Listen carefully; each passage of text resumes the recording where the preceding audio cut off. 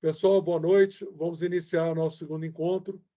A gente tem mantido as gravações, que aí depois quem não pode assistir, assiste posteriormente.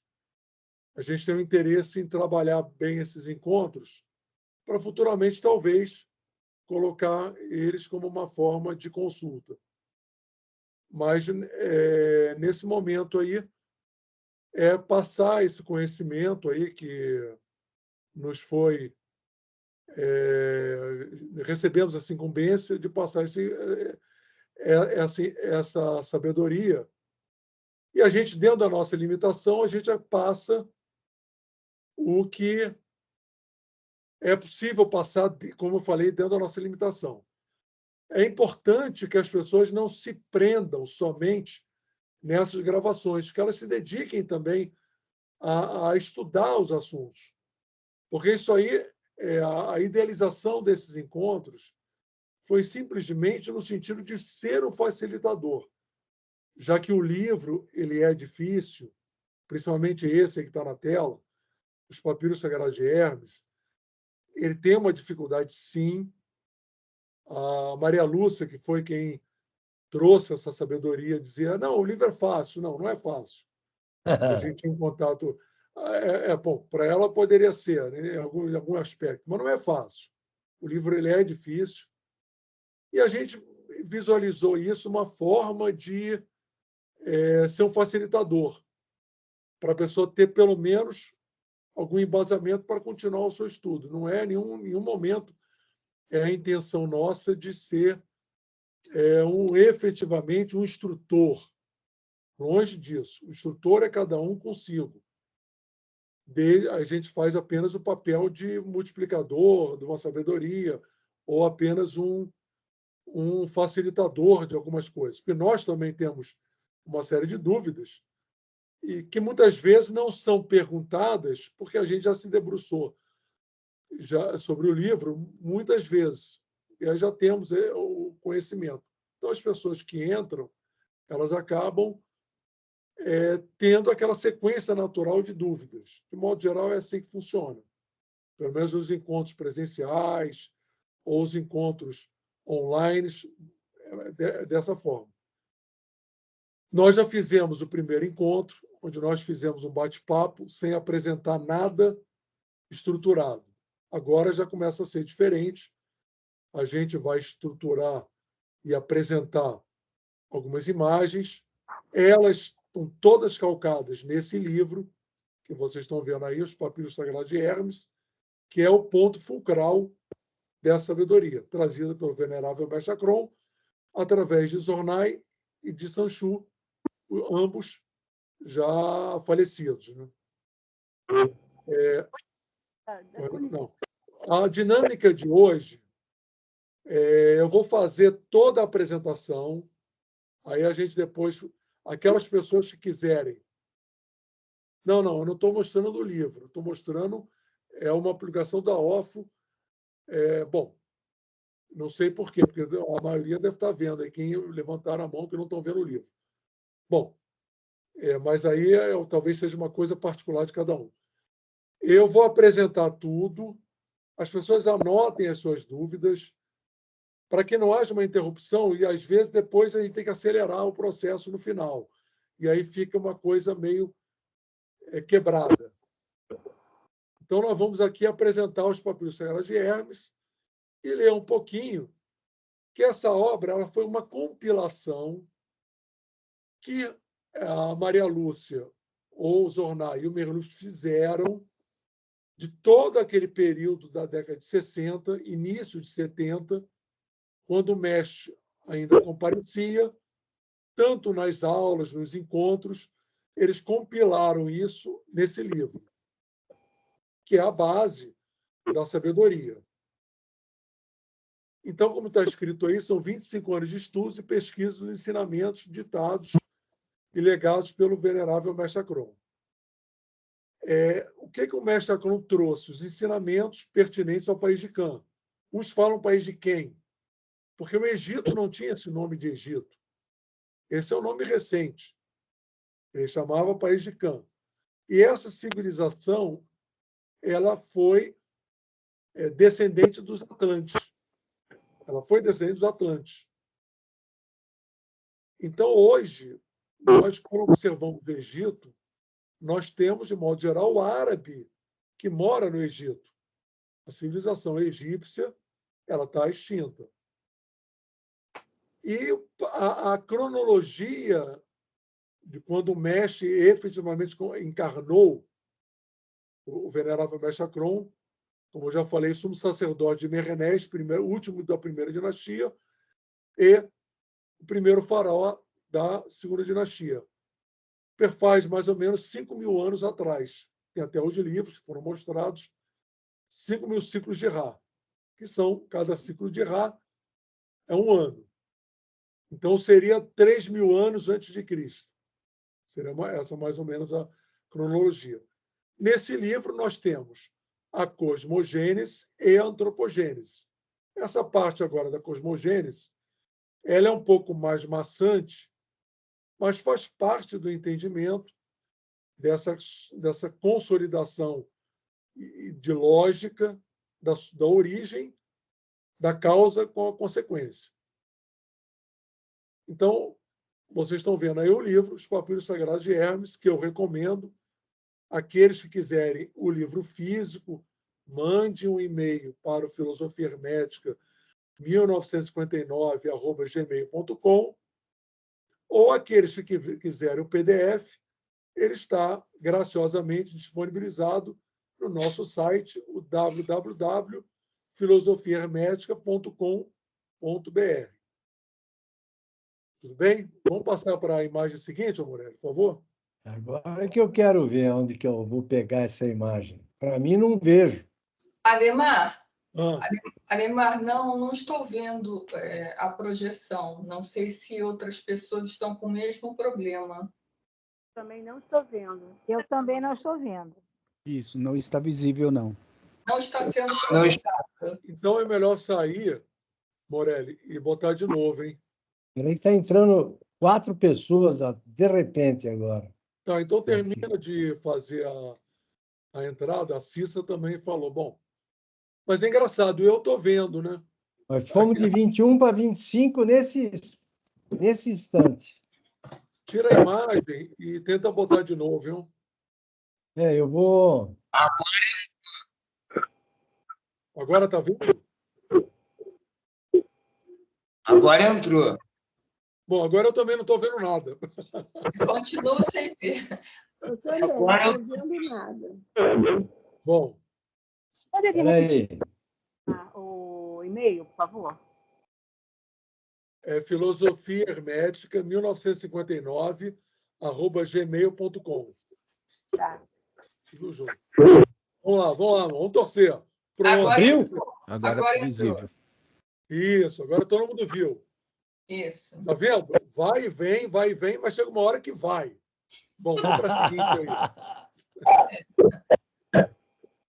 Conhece a imagem aqui? É, isso. Aqui nós temos a imagem do Mestre Akron. Nós vamos falar um pouquinho. Nós temos, por exemplo, esse cone com esses 5 anéis. Anéis com metal e ouro. Esses 5 anéis representavam um sacerdote do 5º grau. Inclusive, se dizia que esse cone, sendo feito nas dimensões corretas, ele tinha uma capacidade energética similar à da pirâmide. Bom, os cornos correspondem a 5.000 anos atrás à Era de Ares. As plumas é a leveza da sabedoria da divindade. O triângulo com uma esmeralda no centro, ali é o olho de Horus, aquele que tudo vê. A representação do plano búdico. A barba postiça, com 7 tracinhos, corresponde ao sacerdote do 5º grau do 7º ponto, que era o ponto máximo em termos de iniciação no Egito. Essa aba, na sua retaguarda, ela servia para proteger o chakra laríngeo, porque ele tem uma correspondência também na sua parte posterior. Então, reparem que tudo no Egito ele tinha um símbolo que representava algo. Não existia um símbolo à toa, como às vezes a nossa egiptologia quer considerar. Ah, botou isso aí à toa, ou era uma coisa sem importância. Não, nada era sem importância. Tudo tinha uma razão de ser. Nós temos que compreender que, naquela época, principalmente antes daquela época, os extraterrestres, originários da Atlântida, conviviam com a raça humana. E aos extras cabiam esse conhecimento. E a raça humana, ainda nos seus primórdios, não tinha a capacidade de absorção desse conhecimento. Então, também foi utilizado muitos exemplos, entre aspas, simplórios, para que o ser humano, dentro ainda do seu início de caminhada, tivesse uma compreensão limitada. Mas aqueles grupos que trabalhavam, os sacerdotes, os iniciados, eles conheciam essas origens e o que aquele símbolo representava. É importante ressaltar que isso foi se perdendo ao longo das dinastias. Tanto que, no final, eles já não tinham o conhecimento original, mas replicavam a ritualística, mas não tinham mais aquele acesso àquela sabedoria, aquelas energias envolvidas no símbolo. Só tomar uma água aqui.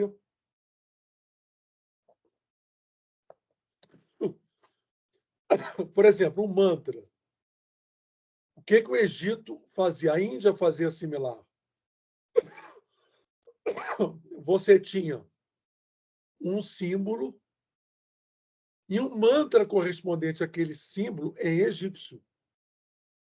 Isso dava uma força muito grande àquela simbologia. Tanto que quando você traduz o mantra, já é um decaimento da energia, da própria vibração. Ela cai. E a cor verde, ao fundo, é a cor do raio monádico ao qual a gente pertence. O quarto raio é uma cor verde. Então, todos nós, do quarto raio monádico, temos como cor verde. Claro, também para as famílias com diferentes tonalidades, dentro da frequência de cada um. Mas a nossa cor, minha, inclusive, é o verde. Bom, vamos passar para a seguinte aí. Vou ter que achar de novo. Ué, sumiu da Eu imagem? sei o que. Eu não sei por que some aqui. Eu sei que está aí, mas como é que eu acesso? Se eu clicar em cima aqui, cai tudo. Então faz a... Bom, Não, não, você não está conseguindo localizar a imagem? eu não- ela ficava num canto. Não, não. É que a verdade é a Ela seguinte. deve estar minimizada, não está? Eu Ela estou deve estar tentando. minimizada na barra de tarefas embaixo, ferramentas. Eu estou rodando aqui por causa disso, mas não está. Vamos ver, tomara.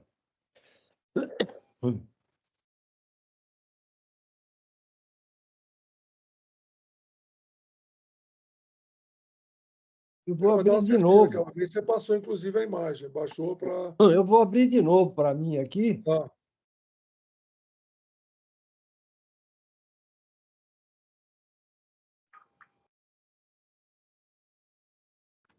Está vendo aí? Pronto. Eu estou vendo aqui também. Aí, agora estou. Tá. Vamos abaixar. Aí, Aqui nós temos... Só um pouquinho, isso. A imagem que está no livro é a mesma imagem. A esfinge, ela é um monólito trazido da Atlântida, antes do término da Atlântida. ela tem aproximadamente, segundo o mestre Acron, 200 mil anos. O rosto é o rosto de Hermes, o Trimegisto. Não é aquilo que alguns egiptólogos falam. Era um chacal que foi depois trabalhado a imagem de um ser humano. Não, a imagem de Hermes, Trimegisto, ou Tote, dos egípcios, que ele foi o maior dos avatares. Todo conhecimento espiritual que nós temos foi legado de Hermes. E, a fundo, nós temos a pirâmide de Khafre, onde estão as famosas tábuas de esmeraldas, que foi legado por Hermes. É a segunda pirâmide, e ela tem aproximadamente, como o mestre Acron falou, 40 mil anos. 40 mil anos. Então, reparem que as datas, a cronologia dos egiptólogos atualmente é totalmente desencontrada da realidade. Existe uma coisa interessante. Quando nós percebemos o campo evolutivo do planeta, muita gente quer passar como uma evolução linear. Mas quando você começa a entender o processo, você começa a ver que ela teve pontos de inflexão. Você não tem como. Tanto que você tem livros que falam que o ser humano, há 7 mil anos atrás, era coletor-caçador. Aí, há 3 mil anos depois, ele está construindo pirâmides. Quer dizer, como é que pode? Como é que ele evoluiu com essa rapidez? Então, essa cronologia passada está totalmente equivocada. Eu não sei a razão desse equívoco, não vou entrar no mérito, mas ela está totalmente equivocada. Como se o ser humano, do nada, ele teve uma capacidade de construir pirâmides. Aí você olha a estrutura das pirâmides, os egiptólogos falam que ela foi feita com marreta, e picareta, marreta. Aí você fala, não há condição. Então, é o que a gente fala, tem que ter um discernimento. Ou isso está sendo mal interpretado, ou está sendo deliberadamente passada uma informação que é impossível ter sido feita dessa forma linear, como se tivesse foi vindo, e aí ele chegou naquele ponto. Bom, continuando aqui. A figura, a esfinge, também chamada de Ramaquis Kepepera, simboliza e representa esotericamente as próprias feições do divino Hermes. Outro dia, uma amiga nossa perguntou, mas Hermes... Bom, Hermes é Tote? Sim. Podemos considerar isso. É Ptah? Sim. Também podemos considerar isso. Só que tem alguns pulos do gato aí que nós também não entendemos toda a amplitude disso. Vamos só tentar um refresh, uma atualização na mente de vocês. Por exemplo, eu estou falando agora com vocês. É mais ou menos esse o raciocínio. O meu espírito sou eu? Sim. O meu corpo búdico sou eu? Sim. O meu corpo astral sou eu? Sim. O meu corpo mental sou eu? Sim. E o meu corpo físico sou eu? Sim. Todas essas expressões estão dentro de mim nesse momento. Eu fiz essa pequena analogia para as pessoas entenderem essas colocações que a egiptologia fala, Tote, Hermes, Osíris, elas funcionam mais ou menos dentro desse raciocínio que nós falamos. Por isso que, às vezes, a pessoa, mas isso é a mesma coisa que aquilo? Depende do ponto de frequência que ela se refere. Depende do ponto de frequência. Por isso que há uma dificuldade também até na compreensão da terminologia egípcia. Por causa disso. Bom, lá dentro da esfinge foi colocado o relicário do coração de Hermes, um coração do pretéreo, superetéreo, vamos dizer assim. Esse coração pulsa a cada manifestação avatárica, representando a própria força do Logos solar. Esse coração é material, sim.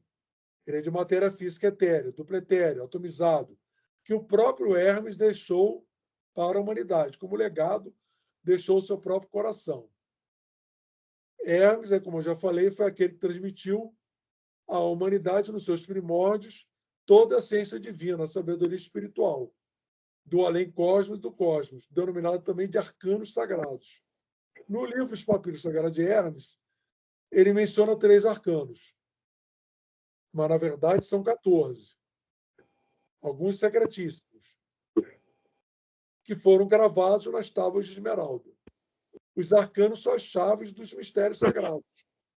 Dentro deles está encerrada toda a sabedoria dos maiores hierofantes da extinta Atlântida. Dentro deles está condensada toda a sabedoria da natureza. Dentro deles estão condensados todos os elementos, como força, vibração, elementares, positivismo, negativismo, homem, mulher, branco e negro, bem e mal. Assim, Hermes gravou a célebre tábua de esmeralda. Vamos abaixar um pouco mais, Moré? Vamos lá.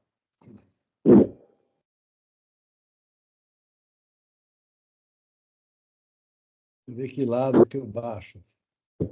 Não. É do outro lado aí. Isso. Aí.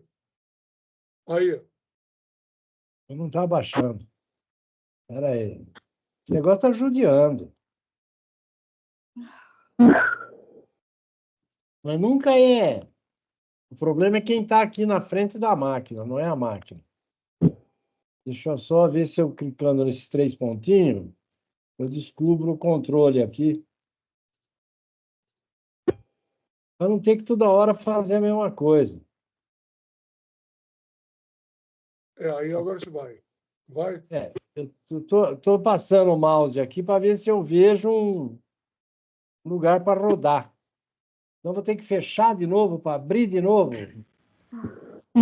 Morelli, talvez a seta para baixo do teclado. Bota aí embaixo. Lá Eu tô batendo nela e não nada. Não, lá no final. Não, estou dizendo eu imaginei, porque tem para cima, para baixo, para a esquerda e para a direita. Aí não vai. Eu vou ter que fechar. Peraí, eu venho aqui no Edge.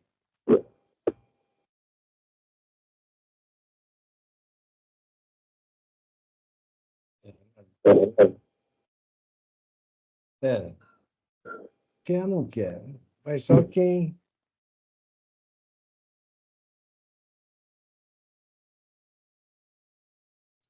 Que absurdo, não? Outra vez eu vou ter que abrir. Então vamos fazer. E Pronto, apareceu. agora, ó a Vai pecinha aqui que eu quero, ó. Isso. Essa eu rodo, mas... Tá bom. Desce aí mais. Bom, agora vamos ver aqui as chaves. Não, deixa as chaves lá em cima. Um raciocínio aí. Leis chaves do Divino Hermes. Isso, na verdade, é importante. Mas embaixo tudo é duplo e tudo é triplo. Eu vou mostrar ali nos gráficos para vocês entenderem a forma de entender conceitos. Tudo é duplo, tudo é tríplice. O próprio duplo é duplo e o tríplice é duplo. Bom, vamos descer mais um pouquinho, Morelli. Vamos, aí mesmo. Isso. Bom, aí tá bom. Vocês observem um triângulo. Um triângulo, dentro da sabedoria hermética, você precisa sempre ter uma síntese. Então, o triângulo, ele não são 3 coisas. Eles são 3 coisas, ou seja, 3 lados, mais o próprio triângulo, que é uma 4ª coisa. Esse é um conceito basilar, básico, no entendimento da sabedoria oculta. Você tem os 3 lados e a figura do triângulo é uma 4ª coisa. E tudo dentro da sabedoria hermética funciona assim. Sempre tem uma síntese. Por exemplo, 7 é o número divino. E o número perfeito, 8. Por quê? É a síntese dos 7. Tudo vai funcionar dessa maneira. Se a pessoa não entender isso, ela tem uma limitação para compreender determinadas informações.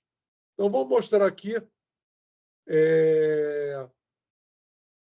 aqui o triângulo aqui embaixo. Vamos mostrar aqui um triângulo. Aí. Repara, por exemplo, nós temos 2 triângulos aí representados. Você tem o primeiro triângulo de cima, com o vértice voltado para o canto superior.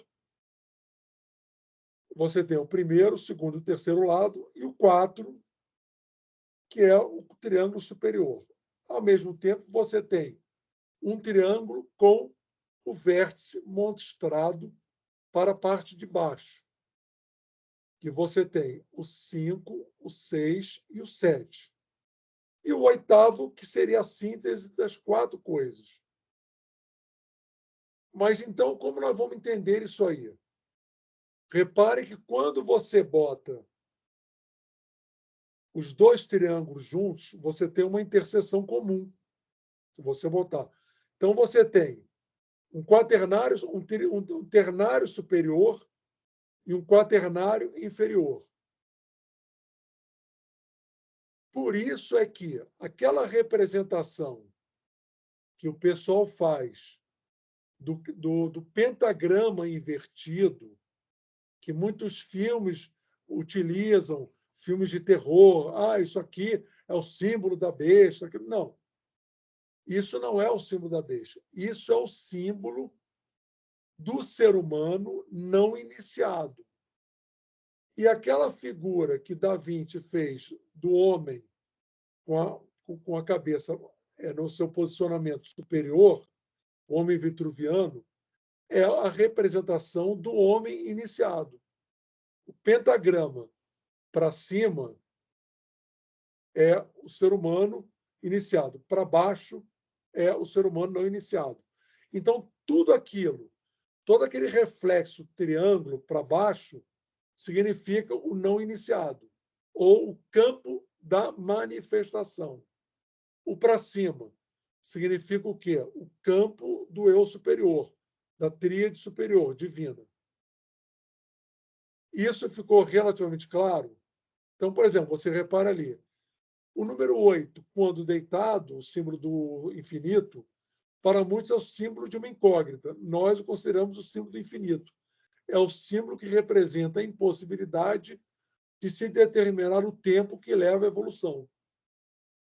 Aí, voltando ocultamente, o 3 não é 3, porque a sua síntese resulta no 4. E é aplicada a lei para ambos os triângulos. Teremos o 8 coisas. O duplo de 4 é 8. Isso não é difícil entender. Basta a pessoa ela subjetivar essa informação. Porque nós estamos fazendo a correlação com assuntos que vocês veem em filmes, em livros, aquele triângulo invertido. E o pessoal acha que aquilo ali é o símbolo de algo demoníaco. Não, não é isso. É o ser humano não iniciado. É uma informação que torna o símbolo uma maneira mais simples, sem toda aquela mística colocada em filmes. Em filmes de terror, em livros, dessa forma. Vamos descer mais um pouquinho. Agora já está ali. A barra de rolamento está pronta ali. Tá, não, agora ela ficou.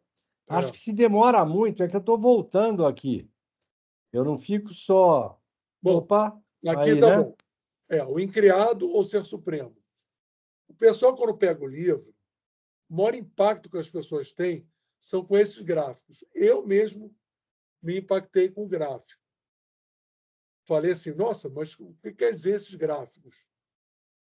Mas tempos depois, muitos anos depois, até recentemente, tem aí uns 3 anos atrás, eu pensando sobre os gráficos, não sobre a informação do gráfico. Mas por que foi dado numa forma gráfica? Porque ele não sofre corrupção. Um gráfico, uma figura geométrica, ela será sempre uma figura geométrica. Não importa em qual língua esteja. Pode ser no chinês, japonês, árabe, inglês, espanhol, sempre será um símbolo. Por isso também os hieróglifos, que em Egito é chamada linguagem divina, é simbólico, porque também reduz o risco de má interpretação. Tudo tem uma lógica. Então, vou explicar isso aqui e depois a gente vai fechar. Só aí, porque vai ter que tapar em cima. O increado ou o ser supremo. Vamos descer um pouquinho mais, Morelli. Pode, só para aparecer o 4 lá embaixo. Espera aí.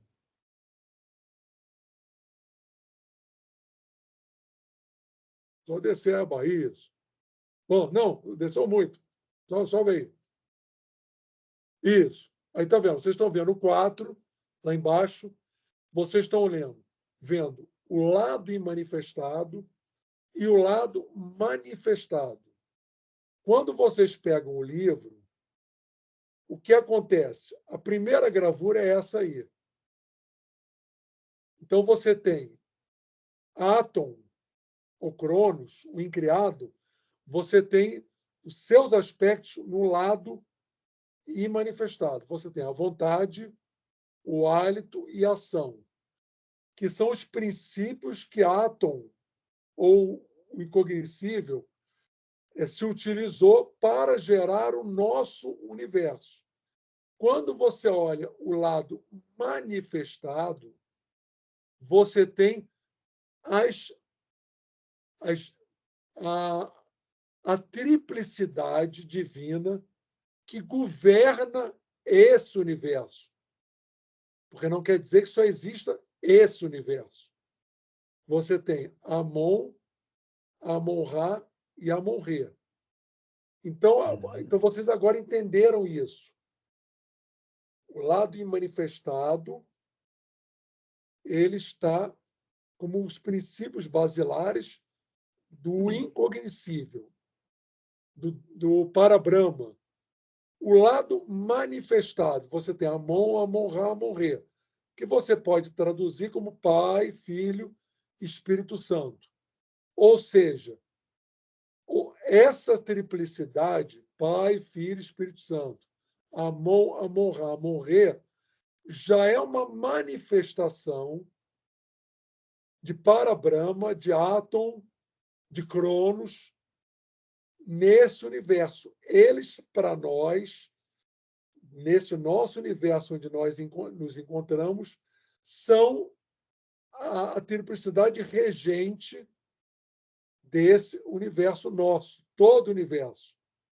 Então, essa divindade tríplice já é uma própria manifestação daquilo que a Bíblia chama do incognoscível, que ninguém conhece. Por quê? O lado manifestado, Amon, Amon-Ra, Amon-Re, nós, com uma limitação tremenda, já conhecemos, que são forças tríplices.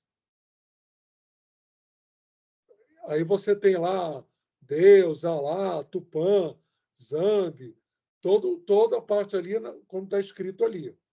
Do outro lado, você tem Cronos, Áton, que os egípcios chamavam do incognoscível.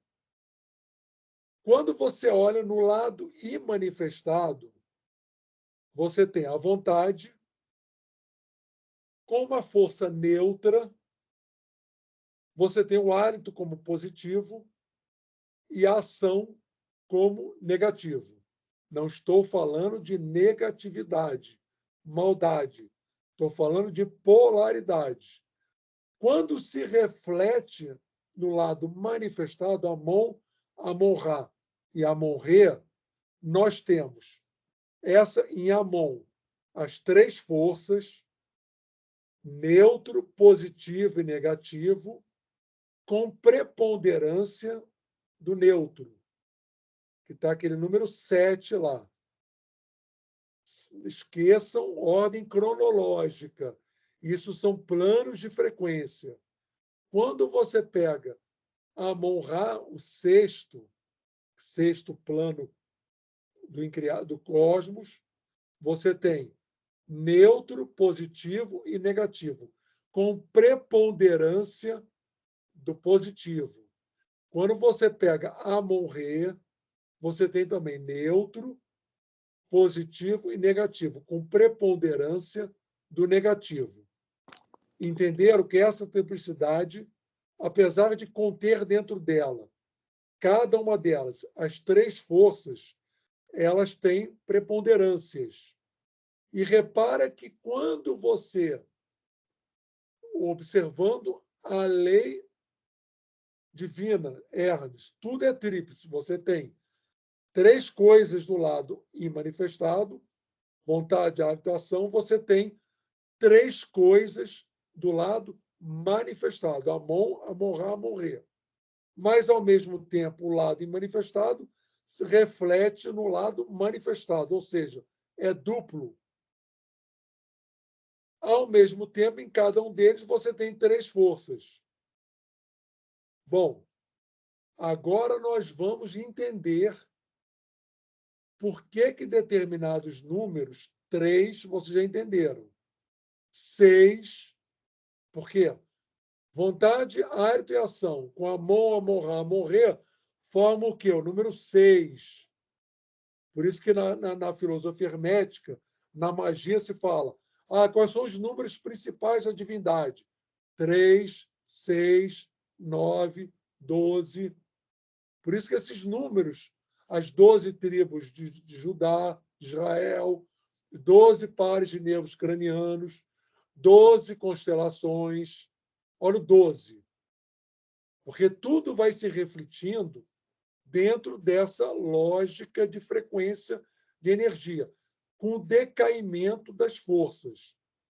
Bom, então você tem, no número 7, você tem 3 forças, mais as 3 do número 6, mais as 3 do número 5, perfazendo 9 forças. Certo? Até aí, estou tentando ser o mais didático que eu consigo ser. Talvez alguém consiga melhor, mas estou dentro da minha apresentação tentando ser o mais didático possível. Mas vamos lembrar que sempre há uma síntese. 3 coisas gera uma síntese. Então, você tem, no número 7, você tem 3 coisas mais a síntese, formando uma quarta coisa. No número 6, você tem 3 coisas mais a síntese, formando uma quarta coisa. No número 5, você tem 3 coisas, formando uma síntese, uma quarta coisa. Se você somar o 4 do 7, o 4 do 6 e o 4 do 5, você tem 12 forças. Perceberam agora a origem da numerologia divina que o pessoal fala? 3, 6, 9, 12. Bom, mas aí faltou o 7 e o 8. Se você somar as 3 do lado imanifestado com as 3 do lado manifestado, que todas elas estão contidas dentro do 4, lá embaixo. Agora nós entramos no 4. Você tem 7 coisas. E a síntese global dessas 7 coisas formando a oitava coisa. Entenderam agora toda essa numerologia divina tão propalada em livros, 12, 12, 3, 6, 9, 12, 8. É isso aí. O gráfico ele fica bem claro nessa compreensão. Fica bastante elucidativo, sendo gráfico e com essa explicação. Claro que as pessoas se debruçando, elas vão entender melhor. Eu estou tentando, dentro da lógica que eu consigo, da didática, apresentar isso aí. Eu acho que É a agora... Adriana que ia entrar. Tá bom. Oi, Adriana. Agora, uma outra coisa. Eu não Quando estou te vocês achando aqui pegarem... para permitir a sua entrada. Essa é a verdade. Quando vocês entenderem... Eu vi já a sua mensagem, mas tem um lugar que você aparece, onde eu clico e todos entraram. Você não está aparecendo aqui. O Morelli, dá no seu microfone, por favor. Bota ele no mudo aí. Fechar, né? Fechar. Aí você acerta Bom, quando você pega o livro, ele tem uma sequência de gráficos. O que acontece? No gráfico seguinte, o que é lado manifestado torna-se imanifestado e desdobra uma outra coisa manifestada. Morelli, vamos descer um pouquinho, deixa ele terminar ali com o Adriano. Vamos descer um pouquinho o gráfico, Morelli? Ampliou. Vamos descer. Olha lá, agora vocês têm o que lembra que no anterior a mão era manifestado. Quando ele desce para o nosso universo e suas consciências e planos subjetivos, ele torna-se imanifestado e ele desdobra no seu lado manifestado Horus, Osíris e Ísis, ou Brahma, Vishnu e Shiva. Então, ele vai num desdobramento de energias. A energia nesse desdobramento ela vai se densificando, vai tornando-se mais densa. Cada vez mais, quem tem o livro vai vendo que esse encadeamento funciona dessa forma. O que é manifestado num determinado momento manifesta algo. Esse manifestado torna-se imanifestado numa sequência seguinte e gera uma nova manifestação. Isso vai descendo, até o nosso sistema e o ser humano. Até chegar no nosso sistema e o ser humano. Que funciona também dentro dessa lógica. Por isso que a Bíblia e muitos outros falam que nós fomos feitos à imagem e semelhança da divindade. Porque o programa ele tem um mesmo sequenciamento de energias. O que muda é a potência dessa energia. Mudando aqui para uma lógica mais própria nossa, se você pegar a energia elétrica gerada na hidrelétrica de Itaipu, você vai ver que ela tem uma potência enorme, mas é uma mesma energia de uma lâmpada da nossa residência que está acesa. O que mudou foi o quê? Foi a potência dessa energia. A potência dessa energia. Eu não vou entrar nessas pequenas bolinhas do lado manifestado, porque eu acho que ficaria mais confuso ainda e seria muita informação. Aí as pessoas lendo, se debruçam, vão lendo, relendo. O que eu estou tentando fazer aqui é só ser um facilitador desses gráficos, porque os gráficos eles geram um impacto negativo no sentido de compreensão do livro. A pessoa pega o livro e fala assim, não vou entender. O livro está muito difícil. Sempre considerando que o 4, na verdade, o que existe são os 4. Por que são os 4? Vamos mostrar agora um corpo humano. Esse meu físico é um 4. O físico, bom, no caso aí tem o físico é a manifestação mais externa. Na verdade, ele seria um 7. Mas ele contém dentro de si todos os demais planos. Porque Agora a explicação vai ficar, né, Aurinha? Vai ficar meio truncada, porque vai ficar meio difícil. Vai precisar que a pessoa debruce para entender isso aí. Mas tem que entender o seguinte: tudo está contido dentro do 4. A Terra é um 4. Tudo está contido dentro do 4. Desse quaternário. Tudo funciona dentro do 4. Eu sei que é confuso, é difícil até para explicar determinados conceitos, porque nós também não compreendemos tudo isso aí. A gente também tem dúvidas. Mas, assim, o entendimento do gráfico é esse.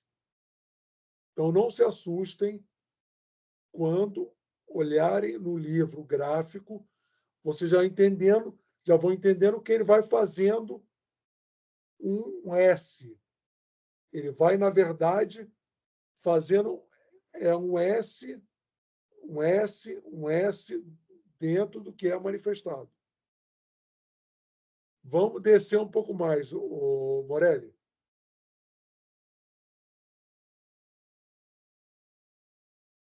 Um instante. Você repara que, por exemplo, o 7, você tem o plano búdico cósmico, você tem o plano astral cósmico, você tem o plano mental cósmico. E o nosso universo aqui embaixo formado. Reparem que os nomes nos próprios gráficos eles se repetem. Isso também é outra coisa que gera dificuldade de compreensão.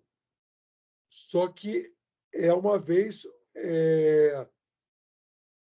eles davam os nomes equivalentes dentro de um centenário. Até quando chegar no ser humano, vocês vão ver que os nomes se repetem dentro de um universo menor. Bom, o quarto plano físico cósmico ou universal, terceiro átomo permanente. É chato? Isso é meio maçante? É difícil? Sim. Quando nós entrarmos na antropogênese, fica mais próximo da nossa realidade. Mas isso é o básico, a origem do próprio universo. Isso não existe. Eu, particularmente, nunca vi esse gráfico dessa forma em livro algum. Nunca havia visto. Vamos descer um pouquinho mais, Bruno? Mas é só pensar para ajudar. O ser humano, ele sente, pensa, fala e faz. Come, bebe, urina e evacua. Não, Lua mostra cheia, aí. lua minguante. Hã? Vou mostrar agora aqui que a gente encerra Aí, aqui. Não, né? é só uma imagem mesmo. Bom, a gente mostrou aqui o cálice purificado. Vamos sair um pouco do hermetismo e falar um pouco sobre a simbologia, né? Quem leu As Brumas de Avalon, já que eu aumentei isso aí, toda uma simbologia esotérica ali existe presente. Por exemplo, o rei Arthur é considerado o eu superior. A Guinevere, o desejo. E o Lancelot, a mente concreta, a mente objetiva. Então, a mente objetiva, ao desejar o proibido, vamos colocar assim, ela desequilibrou a tábua redonda, os 12 cavaleiros. E aí o rei Arthur fala: busquem o cálice, ou seja, busquem o equilíbrio para restabelecer a ordem na tábua redonda. Isso aí é simbólico, tudo simbolismo. Então, por exemplo, pessoal, muitos falam assim: vamos buscar o cálice da Santa Ceia, mas o cálice sagrado, efetivamente, somos nós mesmos. Somos nós mesmos purificados. Não é um objeto, somos nós. Por isso que ele bota aqui: no cálice purificado é certa a presença do Senhor. Ou seja, nós, quando atingirmos a purificação, o Senhor se fará presente. vários desses mitos, esses livros, todos eles representam, de alguma maneira, essa busca do eu superior, do retorno à luz. Vários, só que não eram interpretados, ou eram interpretados por alguns grupos, mas, na sua totalidade e maioria, não eram interpretados assim, e sim como uma história pura e simples. Uma história trazendo alguns personagens, sem grandes profundidades, mas não é isso. Muito disso foi ocultado todo o simbolismo real que existe dentro dessa concepção do retorno à luz. Eu comprei alguns livros sobre xamanismo, budismo, taoísmo, e comecei a ler o sufismo, que é o lado oculto do Islã. Se você extrair a essência do que tem nesses livros, todos eles falam a mesma coisa, que é o retorno à busca do eu superior. Todos eles falam exatamente igual. Só que eles foram transcritos dentro de uma linguagem para a compreensão daquela civilização, daquela tribo. O próprio xamanismo é exatamente igual. Mas como é que você vai falar de Buda com um ser tribal? Você tinha que ajustar aquele ser superior que descia ali para dar um impulso àquele grupo, ele precisava, por meio da sua mente concreta, se ajustar àquela civilização, para que aquela linguagem fosse uma linguagem compreensível para aquele grupo de pessoas. E as pessoas acham que isso tem diferença, não tem. Todos eles, eu achei até curioso, todos eles diziam a mesma coisa, dentro de uma linguagem própria daquele grupo civilizatório. Porque você não tinha como ser diferente. Olha, nós andamos aí praticamente 1 hora. Eu não quero me alongar mais. Eu gostaria de abrir aqui para alguém que queira fazer algum comentário, falar alguma coisa, perguntar alguma coisa. Alguém? Sim. Ou não? Fale. Diga lá. Eu não consegui ver nada. Não consegui ver nada. Pode falar. Você ouviu? Já falei. Conseguiu entender? Não ouvi, não. Quem falou aí que foi querer falar? André, O André. Foi não. boa noite. E mais uma vez eu agradeço pela sua oportunidade de nos ensinar, meu querido. Você estava falando sobre Ptah, Hermes. O dia comemorado era dia 23 de abril, o dia de Ptah. Sim. Sim. Por isso, essa energia é tão forte no dia de 23 de abril. Sim, porque o Ptah, dentro da igreja cristã, ele é chamado de Melquisedeque. Ele é o rei do mundo. Por isso que a egiptologia, lá de trás, considerava ele o maior dos faraós. Ele é considerado o maior faraó. E ele contém dentro de si a força de Osíris, ou a força de Hermes, contém dentro dele. Por isso, quando se fala é uma mesma coisa, sim. E não. Tem diferenças de acordo com o ponto de vista que é colocado. Ou Ele seria Yeshua 12?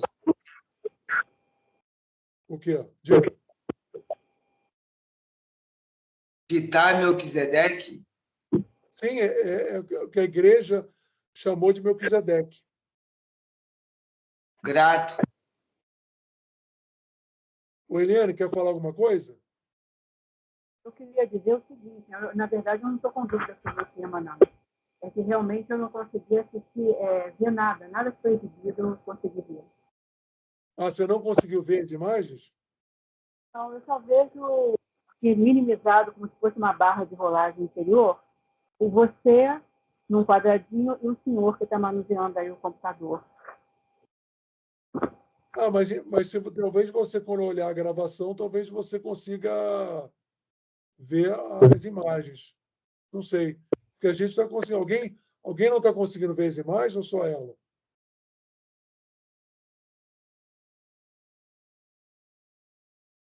Aqui Bom, tá visível.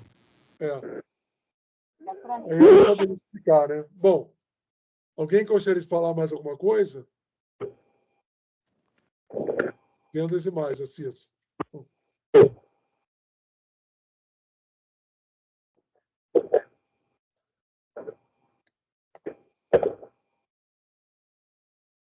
Alguém? Esse primeiro momento, ele tem essa dificuldade da pessoa entender esse gráfico. Eu não sei se a Tereza, que já assistiu os cursos anteriores, se ficou mais fácil agora, se você já tinha captado essa lógica. Ficou, Tereza, ou não? Sim, cada vez que eu assisto o curso, vai ficando mais claro para mim. É porque tem que fazer. Mas o que é o importante é a pessoa depois Estudar. olhar o livro, Sim, ver dentro como uma facilitação, né? sim, sim.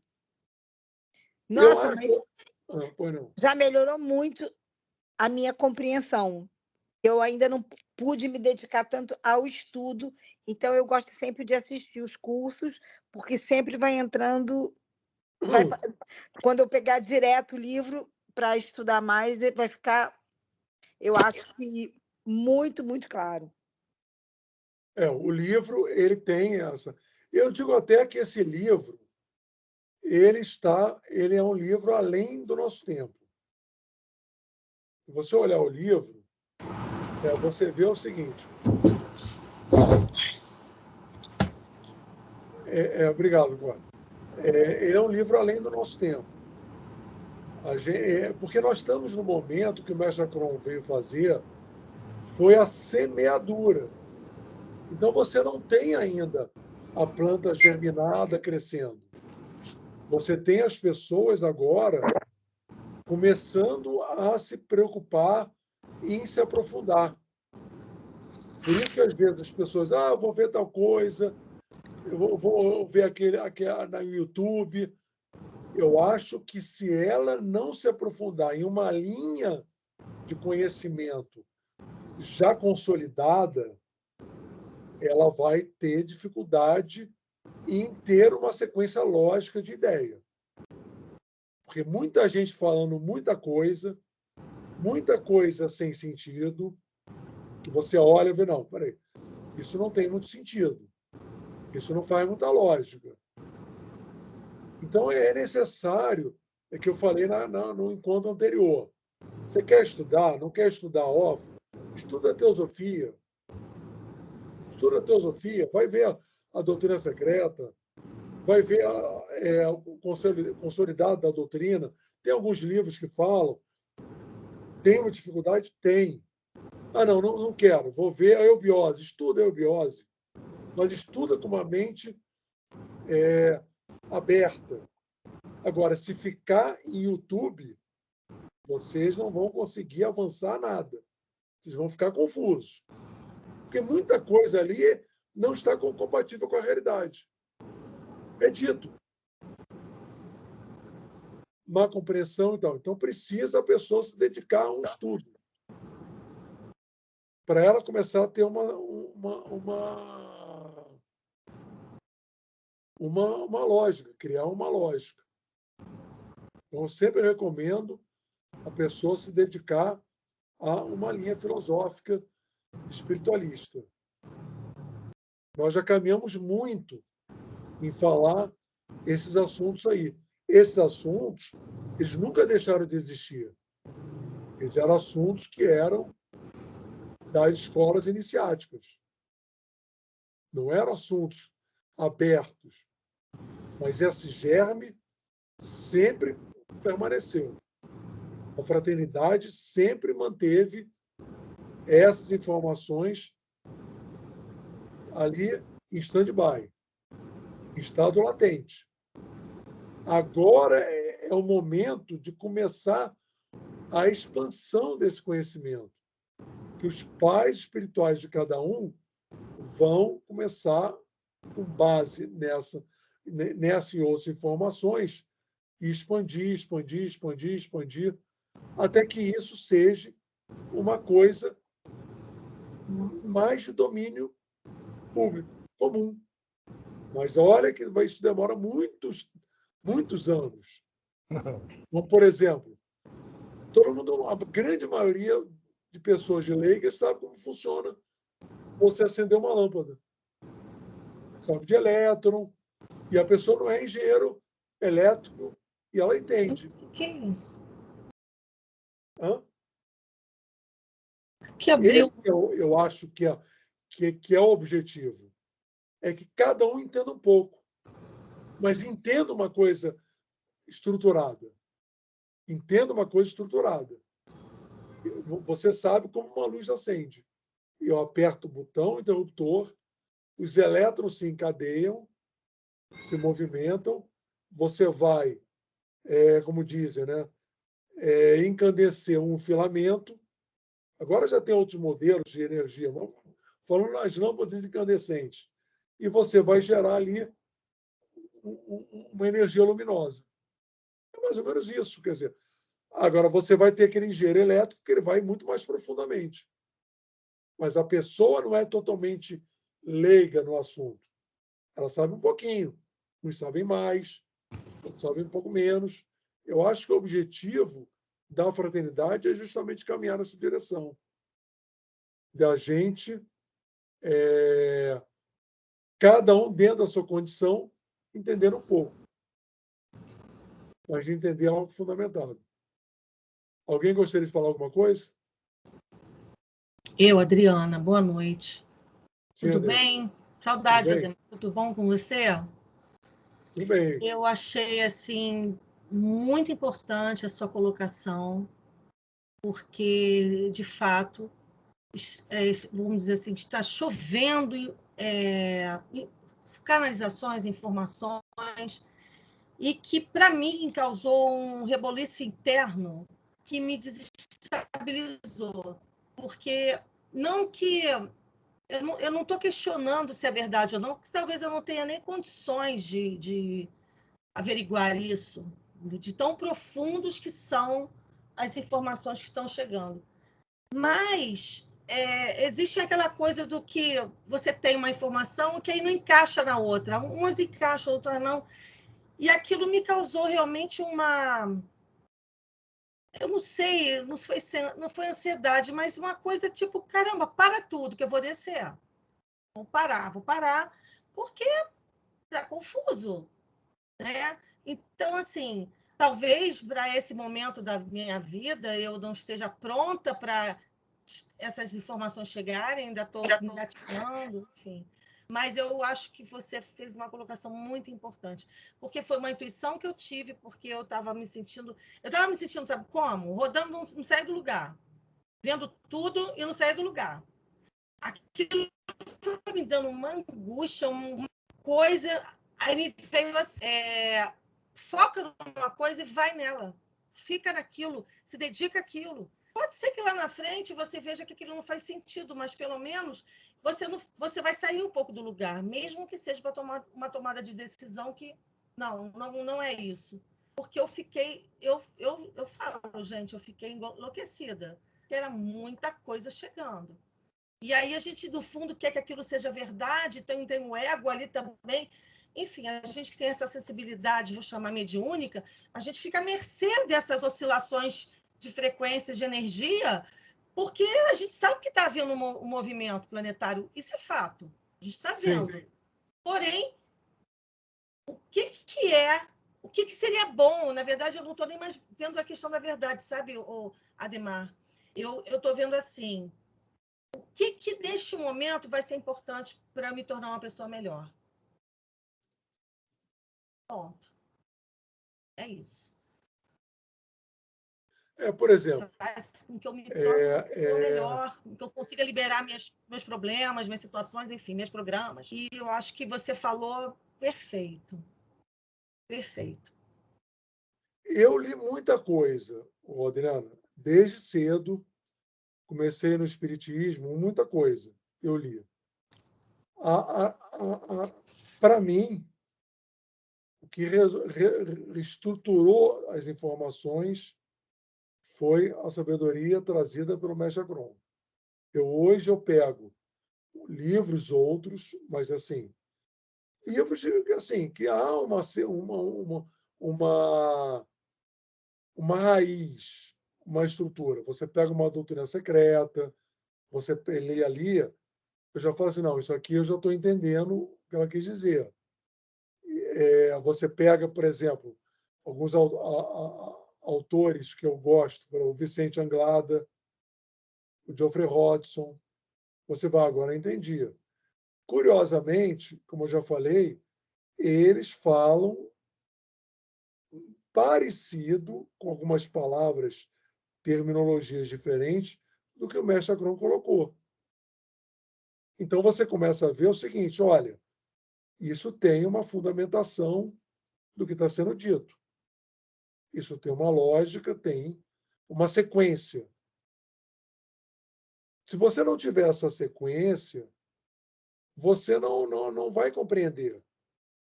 E muitas vezes aquilo pode estar sendo passada de uma maneira equivocada. A própria má interpretação de quem recebeu. Sim. Por isso você tem que ver uma informação que os mestres trouxeram. É o que eu recomendo. Agora, cada um tem a sua escolha. Sim. Porque você entendendo uma sabedoria raiz, você consegue entender as periféricas. Porque, como você falou, e isso deve ser comum, muita gente fica confusa. Fica assim, não, mas peraí, é Nibiru? Não, mas fulano fala Nibiru, ele fala de arturianos. Fulano fala aqui. Aí você vê, bom, como é que eu encaixo toda essa sequência de informação dentro de uma lógica? Como é que eu faço isso? Onde eu estou nessa história? Eu estou aonde? E como é que se conclui isso? Então você tem que ter um baseamento. O universo todo é pleno de experiências, pleno de vidas. Sempre, não tem dúvida que todo ele é lotado de vida. Todo ele. Não teria sentido só a Terra ou só esse sistema solar ser a fonte de conhecimento. Não teria sentido isso. Não, nenhum. Não, não sentido. Seria algo sem sentido. Então, tudo bem. Agora, a opção da busca é de cada um. Cada um faz sua busca. Agora, sinta também dentro de si, faça a introspecção e ver o que a sua intuição diz. Isso. Se não fizer isso, e a intuição, porque existe muitas vezes a intuição diz para todos nós, e a nossa mente concreta fala assim, não, eu quero fazer isso. Tem isso também. Você, não, acho que é isso aqui que eu vou fazer. No fundo, você sentiu diferente, mas você quis fazer. A sua mente concreta quis fazer. Eu fiquei, você me desculpa, mas eu acho que deve ter muitas pessoas que devem estar vivenciando isso também. Eu cheguei a ficar me sentindo até rebelde. Falei, gente, eu estou rebelde, porque eu comecei a... peraí, não é porque falou que eu tenho que acreditar. Calma, tem que ressonar, aquilo tem que fazer sentido. E eu sou muito disso, eu preciso fazer... Pode parar Jesus Cristo ali na frente, pode falar o que quiser, mas se eu não aquilo não ressonar, não fizer sentido, eu falei, mestre, se tu és mesmo mestre, I'm sorry, mas fica para a próxima, porque agora não está fazendo sentido. E sem culpa, tá tudo certo, tá tudo bem. Sem essa coisa do encantamento. Eu percebo muitas pessoas encantadas. Eu fui uma encantada, eu fiquei encantada, porque aquilo é deslumbrante, é maravilhoso, mas ao mesmo tempo é perigoso, porque para que linha você está indo? Você pode estar se distanciando de uma coisa que é tão simples. Porque o que vem muito para mim é a palavra simplicidade. Não precisa de muita coisa, é simplicidade. Então, eu me lembro muito de dos estudos seu que você fala de uma questão hierárquica e de uma coisa organizada. Observar isso, sabe? Tudo o universo é organizado, não é bagunça. Sim. E aí, hierarquias, né? Tem toda uma sequência. E isso cria o que a gente chama de uma lógica, porque a gente sabe que tudo é matemática, tá? E os algoritmos, aquelas coisas todas, enfim, é tudo assim. Então, assim, hoje eu me sinto mais confortável nessa posição que eu escolhi, de não ficar buscando tudo para não enlouquecer. Então, eu estou ficando doida. Você estuda o livro? O livro Você do já estudou, né, Papyrus? Adriano? É. Estou estudando, né? Sim, Não. sim. Sim. Porque você vai ter que pegar o jeito do livro. Ele não é de virar página, ele é que nem uma Bíblia. Um assunto, às vezes, pula para lá, volta. Sim. Mas eu estudo esse livro, pesquiso, não estudo mais, eu pesquiso agora por outros interesses. Desde 1985, a primeira edição. E ele demorei uns 10 anos para entender como entender o que estava escrito. E eu casava o que eu conseguia assimilar com outros livros, como ele menciona vários outros aí. Então, eu acho que você tem que, primeiro, procurar sentir se faz sentido. O ser humano é trino de essência, quaternário de procedência, setenário no cômputo. Se esses triângulos você consegue imaginar ele no seu tórax, no seu abdômen, você tem que começar a entrar no coisa e deixar ele entrar em você. Você sente, pensa, fala, faz, é quaternário. Toda essência é trina, espaço, tempo, consciência. Toda ação é quaternária. Porque você sente, pensa, fala e faz, seja... Ele é lógico, mas ele é tão simples. Eu entrei num assunto porque você falou simples. E você está querendo complicar a simplicidade. Pois é. Ele é O difícil, livro, ele é difícil, ele é porque ele não é difícil. lógico de eu virar folha 1 para 2 para 3 e o assunto vai crescendo. Não, ele muda o assunto, uma hora o trino desse lado, ele chama de imanifestado. Outra hora o trino do outro lado, ele chama de manifestado. Daí, numa outra página, 3, 4 para frente, o que era manifestado se torna imanifestado. Na verdade, Adriana, corroborando o que o Morelli está dizendo, é como se você pegasse todos esses gráficos, colocasse numa fileira, colocasse uma tripa, como o Merleau ensinava. Na verdade, é uma tripa, mas como você vai fazer isso num livro? Então, você bota o primeiro lá em cima, aí o de baixo, você vai ver que aquilo ali parece até uma figura de DNA. Vai Mas eu não sei se descendo você assim. lembra, Ademar. Deixa eu ver, eu tenho ele aqui. A primeira edição tem uma página que você abre, você desdobra ela e vai descendo. Você lembra disso ou não? Na Não, primeira eu tenho o edição. livro. Mas depois a gente Então, botou numa página, uma página e na outra. Mas não tem que dobrar, ficaria. Mas se você pegar os gráficos iniciais, é como botar em ordem. E eu quis falar agora, assim, o de cima, o de baixo, de baixo, de baixo, aquela sequência. Uma sequência, né? É isso, Sequencial. é uma tripa, aquilo é uma tripla. Mas como é que você vai fazer uma tripla num livro? Então você vai botando páginas. Aquilo é uma tripla. Ou seja, é o desdobramento da energia, é o decaimento da densificação da energia. Do mais sutil, aí densifica um pouco mais, densifica mais, densifica mais, densifica mais, até chegar no sistema solar nosso e até chegar no ser humano. É esse encadeamento. Você é médium? Sim, todos, né? Mas sim, trabalho. Sim, trabalhar. Tá. Então, você tem o espírito, a alma, que seria a personalidade múltipla, o corpo, e dentro do corpo a matéria, a inteligência. Uma morte pode ter parado o coração, liga na máquina, parou o pulmão, entuba, parou o rim, hemodiálise. Mas se houver falência do cérebro, como é que chama? Morte cerebral, pode estar tudo funcionando. Daí vai manter ele vivo para doar órgão, mas morte cerebral morreu. Então, se começar a trazer para a realidade palpável o que você encontra no livro, aí você vai criando base e vai andando em cima. Senão você fica flutuando e tem hora que seu emocional te levanta, depois te derruba, e você tem que sair fora dessa. Você vai ter que entrar no raciocínio puro e materialista, absorver aqui como é que é.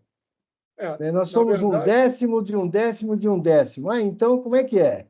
Um décimo de 1000, 100. Um décimo de 100, 10. Um décimo de 10, 1. Só que são 4. É 1, 10, 100, 1000. 1, 10, 100, 1000. Só que você fala 3 vezes. Um décimo de um décimo de um décimo. O nego não pega, ele não entende. Ele fala é 100. É 10 e é 1. Não é.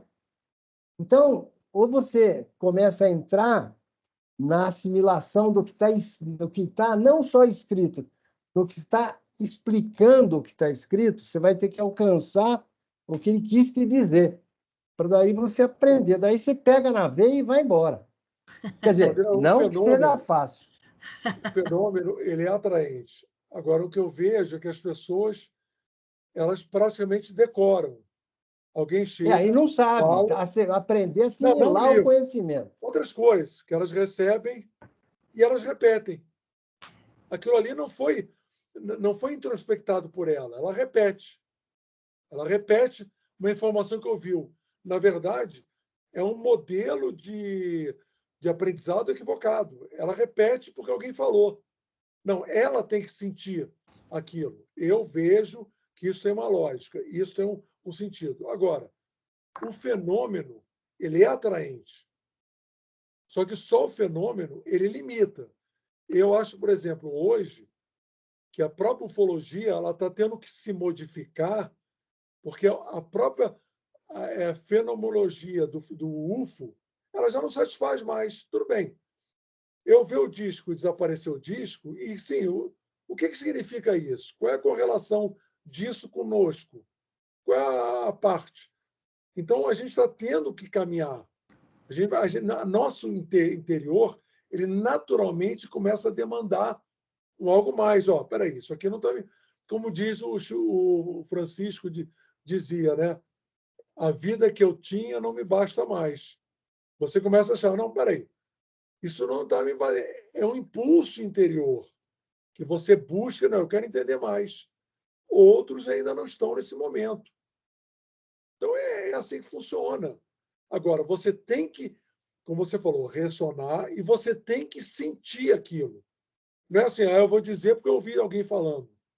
A gente tentou apresentar, que não é nosso, foi o mestre que trouxe. Por exemplo, a numerologia oculta. Todos já devem ter ouvido, quem está aqui, o 3, o 6, o 9, o 12. Todos já viram isso. O 4. Assim. Mas de onde vem essa numerologia? Isso é dito aí, médios, aquele americano, agora esqueci o nome, que morreu em 46, eu acho, o maior médio americano. Ele usava essa numerologia.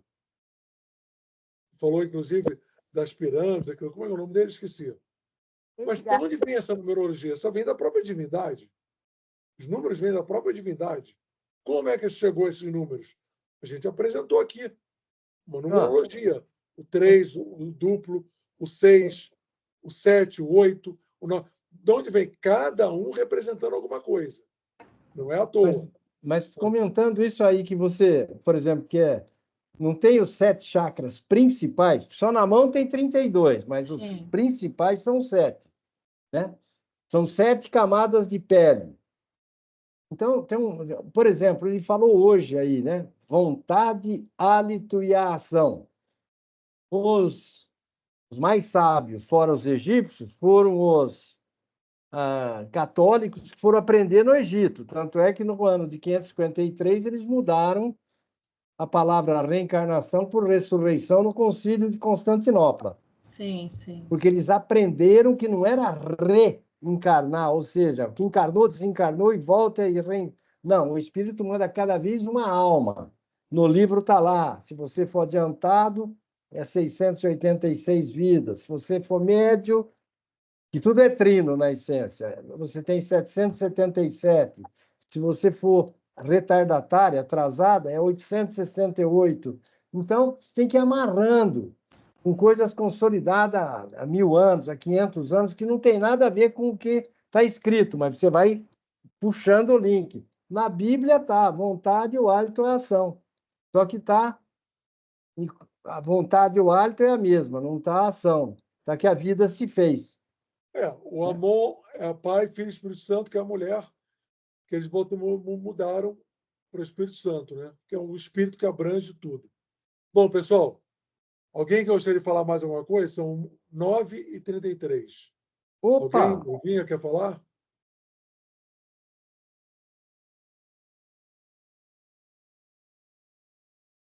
Eu como cheguei depois, não estava conseguindo entrar, vai ficar gravado, né? Depois eu assisto tudo. Bom, então vamos encerrar por hoje. A quinta-feira que vem não tem, é feriado. Só na outra quinta aí. Tá bom? Tá ótimo. Eu agradeço a atenção de vocês aí. Um abraço. Gratidão aí pela disponibilidade. Próximo dia aí, próxima quinta-feira, a gente, sem ser essa que vai vir, é feriado, na outra. Bom fim de semana, boa noite. Boa noite para todos. Boa noite. Boa noite Obrigada, a todos. Sr. Antônio. Obrigado, viu? Nada. Boa noite, Ademar. Tudo de bom. Eu tenho que desligar a gravação. Espera aí, senão ela vai ficar horas. Parar a gravação. Parou.